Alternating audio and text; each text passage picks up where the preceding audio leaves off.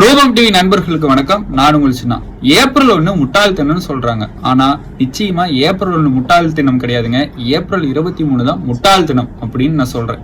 ஏன் இந்த விஷயத்த நான் சொல்றேன்னா, தமிழ்நாட்டுல ஏப்ரல் 23 தேர்தல் நடக்கும் போது நல்ல தலைவரை தேர்ந்தெடுக்கக்கூடிய நபர்கள் நல்ல தலைவர்களுக்கான ஓட்டை போடாம இந்த மாதிரியான வேட்பாளர்களுக்கு ஓட்டை போட்டு அந்த வாக்குரிமையை வேஸ்ட் பண்ணிடுவாங்களோ அப்படின்னு எனக்கு ஒரு மன கஷ்டம் இருக்கு. ஏன் அப்படி சொல்றேங்கிறதுக்கு இந்த வீடியோவை நீங்க பாருங்க. கவுண்டம்பாளையம் திருமதி ஆர்.டி. கனிமொழி கழக நிர்வாகி.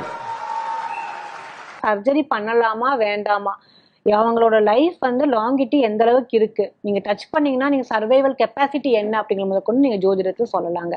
இது சின்ன விஷயம்னு கிடையாது. எல்லாத்துக்குமே இப்ப நம்ம கேன்சர் பெரிய நோயா பாக்குறோங்க.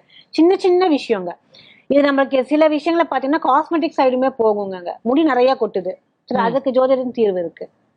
ஒரு பிசிஓடி பிரச்சனை, குழந்தையின்மை, மெயினா இன்ஃபர்டிலிட்டி. எத்தனையோ பேர் நான் ஒபிசா உடம்பு ரொம்ப பெருசா இருக்கேன், குண்டா இருக்கேன், நான் உடம்பு கம்மி பண்ணணும், அதுவும் ஜோதிடத்துல பண்ணலாங்க. எல்லாமே கிரகங்கள் பண்ணக்கூடிய மாயம். இந்த வீடியோவை நீங்க பார்த்திருப்பீங்க. இந்த வீடியோவுல ஆர்.டி. கனிமொழி தாவேகாவுடைய வேட்பாளர் கவுண்டம்பாளையத்துல நிக்கிறாங்க. தாவேகாவுடைய தலைவருடைய கொள்கை என்னவா இருக்கு, பெரியாருடைய கொள்கையா இருக்கு. ஆனா இவங்க முற்றிலும் மூட நம்பிக்கையான விஷயத்த பேசுறாங்க. உங்களுக்கு கேன்சர் வருதா, பிசிஓடி வருதா, தலைமுடி கொட்டுதா, இல்ல இதுக்கெல்லாம் ஜோசியத்துல தீர்வு இருக்கு அப்படிங்கிற மாதிரி விஷயத்த சொல்றாங்க. கேன்சர் வந்தா தரமான மருத்துவமனைக்கு போயிட்டு அங்க மருத்துவர்கள் சொல்லக்கூடிய சிகிச்சையை நம்ம எடுத்துக்கணுமா, இல்ல இவங்க சொல்ற மாதிரி கிரகங்களுடைய வேறுபாட்டுனால இப்படி பல பிரச்சனைகள் வருது, இதுக்கு ஜோசியத்தால பதில் சொல்லலாம் அப்படிங்கிற மாதிரியான விஷயத்த ஆர்.டி. கனிமொழி அவர்கள் பதிவு பண்றாங்க. இது முற்றிலும் மூட நம்பிக்கையான விஷயம். இந்த மாதிரியான வேட்பாளர்களை தாவேகா சார்பில் நிறுத்தியிருக்காங்க. இத ஒருபோதும் ஏற்றுக்கொள்ள முடியாது அப்படிங்கிறது தான் எல்லாருடைய கருத்தாவும் இருக்கு.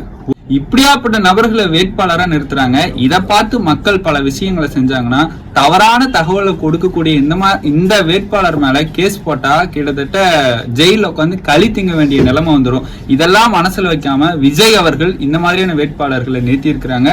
அதனால ஏப்ரல் 23 தான் தமிழ்நாட்டோட முட்டாள் தினமா ஆயிடக்கூடாது அப்படிங்கிறதுக்காக தான் நான் இந்த வீடியோவை போடுறேன். மறக்காம இந்த வீடியோவை ஃபுல்லா பார்த்துருந்தீங்கன்னா உங்களுடைய கருத்துக்களை கமெண்ட் பாக்ஸ்ல தெரிவிச்சுட்டு போங்க. மீண்டும் ஒரு வீடியோல சந்திக்கிறேன்.